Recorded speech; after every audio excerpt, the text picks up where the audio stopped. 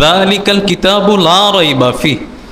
না, আপনাদের মন টিকতেছে না, ওই যে ওই দিকে তাকায়, এইদিকে তাকান, এক নজরে এক দেয়ানে বয়ান শুনলে বয়ান শুনে মজা পাবে। না হলে আমার তো সুর নাই, চেহারা নাই, কোনো কিছু নেই, আপনারা কি নিবেন? তো অন্তত দুই একটা কোরআনের আয়াতের অর্থও যদি নিতে পারেন আল্লাহ কবুল করবেন। তো আল্লাহ তাআলা বলতেছেন যালিকাল কিতাবু লা রাইবা ফিহ, সেটা এমন একটা কিতাব লা রাইবা ফিহ। সানাউল্লাহ পানিপত্তি তাফসিরে মাজাহারিতে এর ব্যাখ্যা করতে যে বলেন ওয়ালা শাক্কা ফিহ। আরে ভাই, কোরআনের ভিতরে ভুল তো দূরের কথা, ভুল তো দূর, অনেক দূরে, এর ভিতরে কোনো সন্দেহ নেই। এর ভিতরে কি নেই? একজন বিজ্ঞানী আমেরিকা, তার বাড়ি, নাম হলো হ্যান্স। নাম কি? তিনি খ্রিস্টান ধর্মের অধিবাসী ছিলেন, তিনি বড় একজন বিজ্ঞানী ছিলেন। ওই হ্যান্স বিজ্ঞানী তিনি খ্রিস্টান ধর্মকে উজ্জ্বল করার জন্য আল্লাহ তাআলা বলেন হুয়াল্লাযী আরসালা রাসূলাহু বিল হুদা ওয়া দীনিল হক লিইযহিরাহু আলা দ্বীনি কুল্লিহি ওয়ালাউ কারিহাল কাফিরুন। আর এক আয়াতে বলেছেন ওয়ালাউ কারিহাল মুশরিকুন। সকল ধর্মের উপরে আল্লাহ দুইটা জিনিস দিয়েছেন আমার নবীকে। এক নম্বরে হেদায়েত দিয়েছেন, দ্বিতীয় নম্বরে নূর নামক কোরআন দিয়েছেন। এই দুই জিনিস দিয়ে আল্লাহ দ্বীনকে, সমস্ত দ্বীনের উপরে বিজয় করবে। তো এই আয়াত যখন হ্যান্সের সামনে আসলো, হ্যান্স তখন তার মাথা গোলাটা হয়ে গেল, কিরে আমার ধর্মের যে কিতাব, এই কিতাবের উপরেই কোথাকার এক ধর্ম, মুহাম্মদের ধর্ম, তার ধর্মের একটা কিতাব আল কোরআন, কোরআন সবার উপরে চলে যাবে, এটা কি হইতে পারে? না, এটা হইতে পারে না। তিনি একটানা 31 বছর গবেষণা করেন। কত বছর?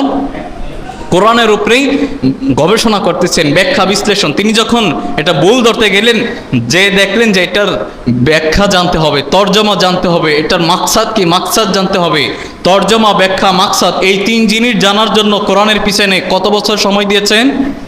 31 বছর সময় দিয়েছেন। 31 বছর সময় দেওয়ার পরে 31 বছর যেদিন পার হয়ে গেল, এর পরের দিন শত শত খ্রিস্টানদের সামনে কোরআন বুকে নিয়ে কালিমা পড়ে তিনি মুসলমান হয়ে গিয়েছেন। তিনি বলতেছেন, হ্যান্স বলতেছেন যে আমি এই কোরআনকে রিসার্চ করেছি মূলত আমার খ্রিস্টান ধর্মকে উপরে তোলার জন্য, বাইবেল কিতাবকে সর্বশ্রেষ্ঠ কিতাব আখ্যায়িত করার জন্য।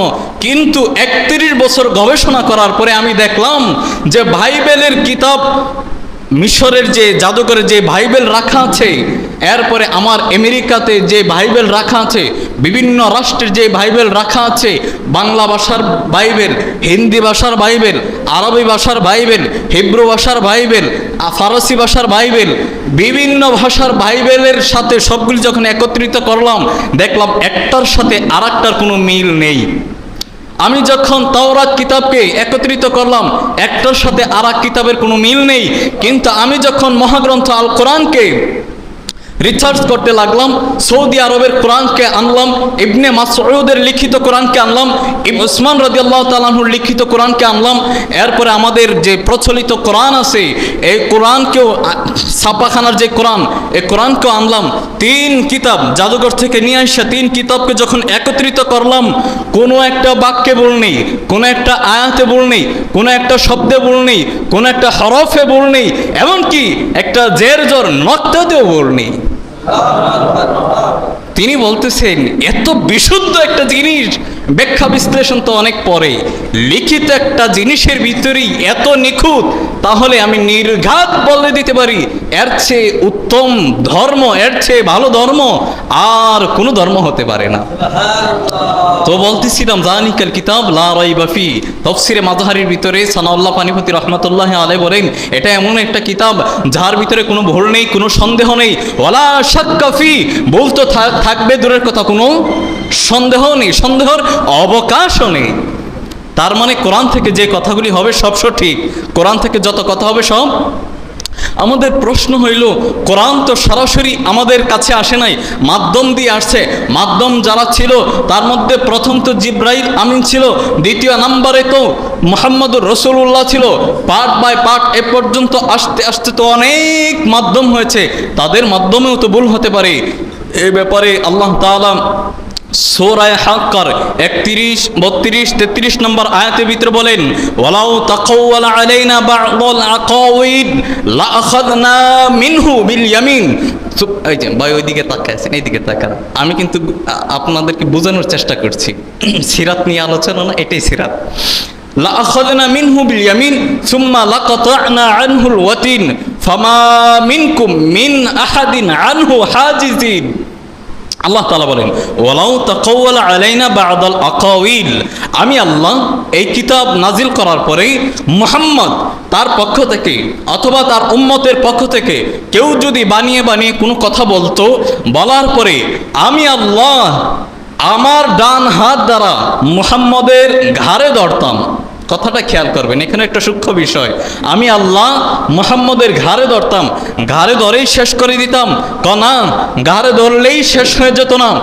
লা আখাযনা মিনহু বিল ইয়ামিন সুম্মা লাকাতা'না আনহুল ওয়াতিন, আমি আল্লাহ মুহাম্মদ সাল্লাল্লাহু আলাইহি ওয়াসাল্লামের গর্দানকে শিরচ্ছেদ করে দিতাম। কত বড় কথা! কার ব্যাপারে বলেছেন?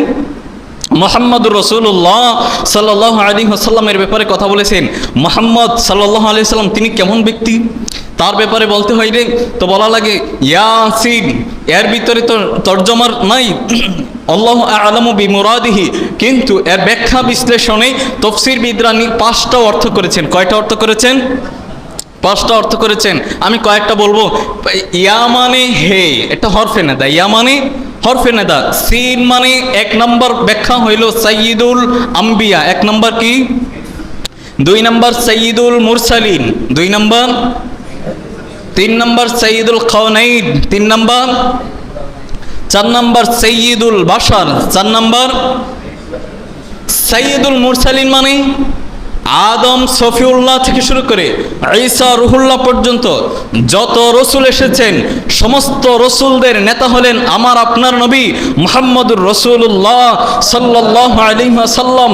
সাইয়্যিদুল আম্বিয়া মানে আদম সফিউল্লাহ থেকে ঈসা রুহুল্লাহ পর্যন্ত যত নবী এসেছেন সমস্ত নবীদের নেতা হলেন আমার আপনার নবী মুহাম্মদুর রাসূলুল্লাহ সাল্লাল্লাহু আলাইহি ওয়াসাল্লাম। সাইয়্যিদুল কাওনাইন মানে দুনিয়াতে শুধু দুনিয়ার যত, এই যে আমরা কোথায় আছি এখন? দেহের গতি, দেহের গতি, এটা দুয়ারিকা। দুয়ারিকা কোথায়? দেহের গতিতে। দেহের গতি কোথায়? বাবুগঞ্জে। বাবুগঞ্জ কোথায়? বরিশালে। বরিশাল কোথায়? বাংলাদেশে আছে। বাংলাদেশ কোথায়? এশিয়া মহাদেশে। এরকম ভাবে সারা দুনিয়ার বাদশাহীর মালিকানা, বাদশাহীর আধিপত্য কাকে দান করেছেন? মুহাম্মদুর রাসূলুল্লাহ সাল্লাল্লাহু আলাইহি ওয়াসাল্লামকে। বলে যে শুধু দুনিয়ার বাদশাহী আল্লাহ নবী মুহাম্মদুর রাসূলুল্লাহকে দেয় নাই, আরে কিয়ামত থেকে, মৃত্যুর পর থেকে কবরের জগৎ, এরপরে হাসরের জগৎ, ফুলসিরাতের জগৎ, মিজানের জগৎ, জান্নাতের জগৎ, জাহান্নামের জগৎ, যত জগৎ আছে সমস্ত জগতের বাদশাহী আল্লাহ মুহাম্মদুর রাসূলুল্লাহর হাতে দিয়েছেন। এরপরে বলতেছেন সাইয়্যিদুল বাশার, নবীজিকে কি বলা হয়? সাইয়্যিদুল বাশার। সাইয়্যিদুল বাশার মানে যত মানুষ রূপে এই দুনিয়াতে আগমন করবে, কেউ যদি বলে যে আমি মানুষ, তাহলে তার স্বীকার করতে হবে আমার নেতা মুহাম্মদুর রাসূলুল্লাহ। আর যদি বলে আমি বানরের জাতি, তাহলে তার কোনো কথা নেই, তাহলে আর কোনো কথা নেই। কিন্তু যদি বলে আমি মানুষ, তার নেতা কে হবে? তার নেতা কে হবে? মুহাম্মদুর রাসূলুল্লাহ। যদি কেউ বলে যে আমি নবীজিকে মানি না রসুল হিসাবে, অন্তত তাকেই এই জগতের বাদশাহ এটা মানতে হবে। কেউ যদি বলে যে তিনি জগতের বাদশাহ, এটা মানি না, তাহলে সাইয়্যিদুল বাশার তিনি সমস্ত মানুষের নেতা, এটা অন্তত মানতে হবে। এর বাহিরে কোনো পথ তার জন্য খোলা নেই। সাইয়্যিদুল বাশার মুহাম্মদুর রাসূলুল্লাহকে নেতা মানতেই হবে, সে যদি মানুষ হিসাবে জন্মগ্রহণ করে। সে যে ধর্মেরই হোক, যে মতেরই হোক, যে পথেরই হোক, নেতা মানতে হবে কাকে? মুহাম্মদুর রাসূলুল্লাহকে। তো ওরকম একজন সম্মানিত মানুষের ব্যাপারে আল্লাহ তাআলা বলতেছেন, এই নবী যদি এরকম একজন সম্মানিত ব্যক্তি, এরকম একজন মহামানব, তার পক্ষ থেকে বানিয়ে বানিয়ে যদি আমার কালামুল্লাহর ভিতরে কোনো কথা বলতো, আমি এমনি এমনি ছেড়ে দিতাম না, আমি আল্লাহ তার গর্দানকে শিরুচ্ছেদ করে দিতাম। মারাত্মক কথা। তাহলেই নবী মুহাম্মদ রাসূলুল্লাহর জন্ম হওয়ার পর থেকে মৃত্যুর আগ পর্যন্ত আল্লাহ নবীজির গর্দানকে শিরুচ্ছেদ করেছেন। তার মানে নবীজির পক্ষ থেকে বানিয়ে বানিয়ে কোনো কথা বলেন নাই। সাহাবায়ে কেরাম